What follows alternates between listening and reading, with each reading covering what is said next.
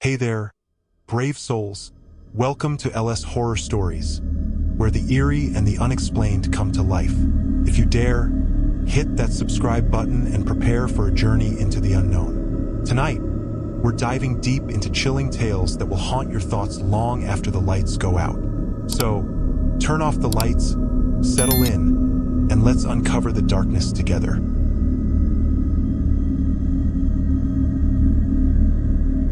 The ocean had always called to me.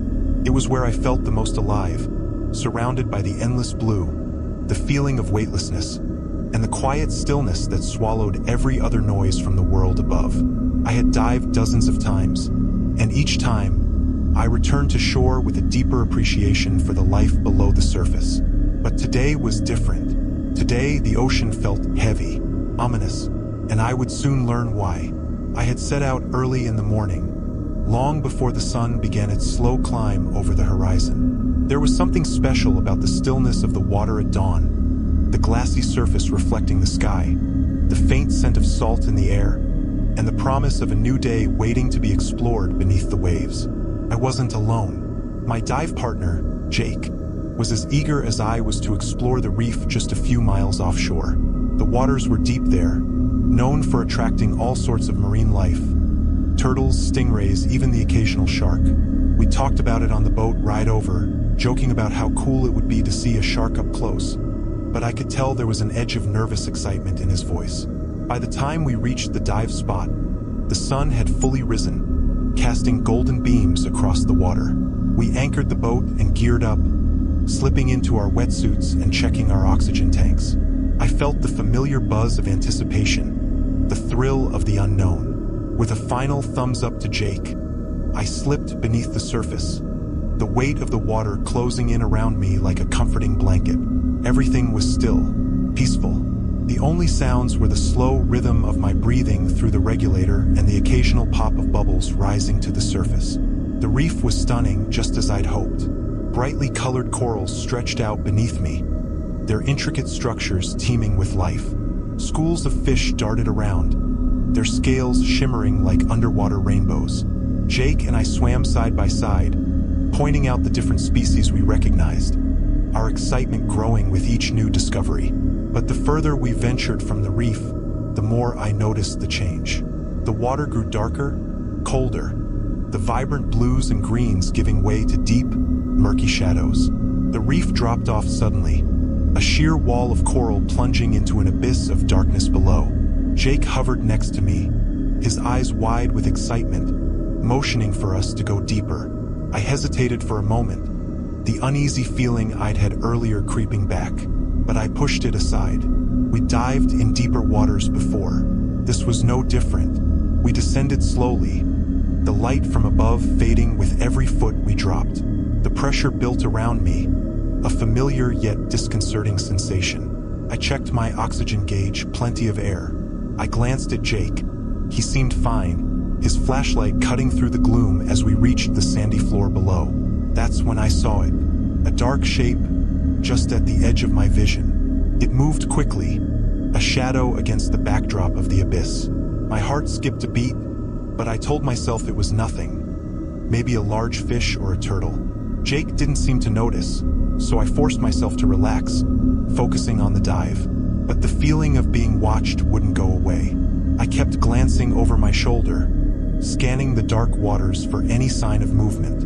And then I saw it again, clearer this time. A massive shadow gliding through the water, circling us. My stomach dropped. It wasn't just any shadow. It was a shark. I grabbed Jake's arm, pointing frantically in the direction of the shape. His eyes widened as he spotted it, his body stiffening. We both stayed still, suspended in the water, barely breathing. The shark was circling us now, closer with each pass.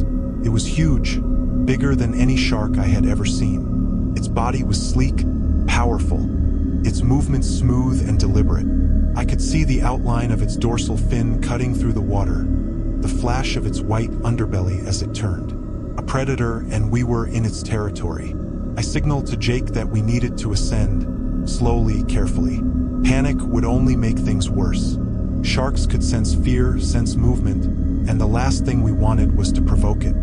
Jake nodded, his face pale behind his mask, and we began our slow, steady rise. But the shark wasn't leaving. It was following us, its movements methodical, patient. I felt the pulse of adrenaline surge through my veins, my heart hammering in my chest. My mind raced with the training I had drilled into me over the years.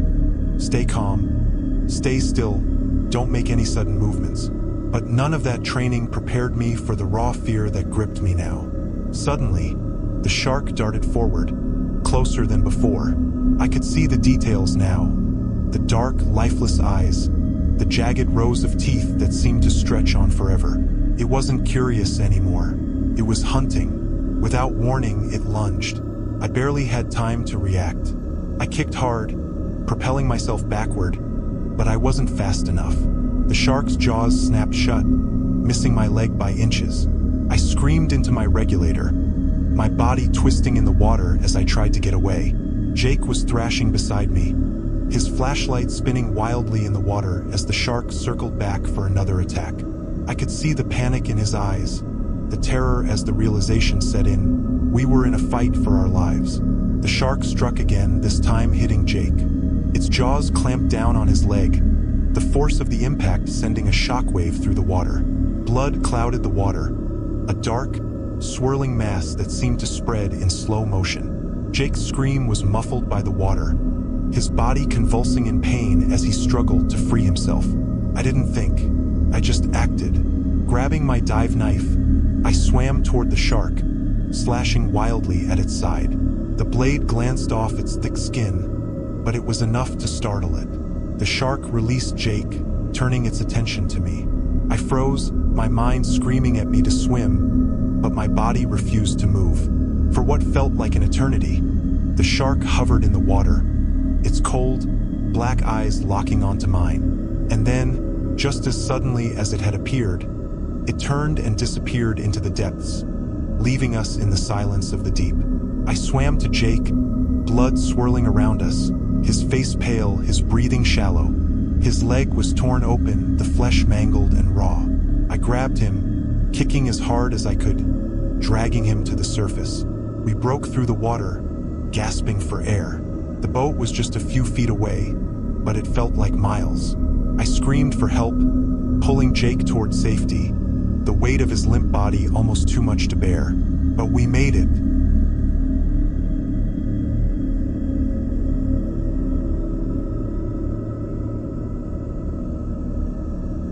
If you enjoyed this video, don't forget to like, subscribe, and hit that notification bell to stay updated on all things creepy. And as always, if you have a horror story of your own, feel free to share it in the comments below.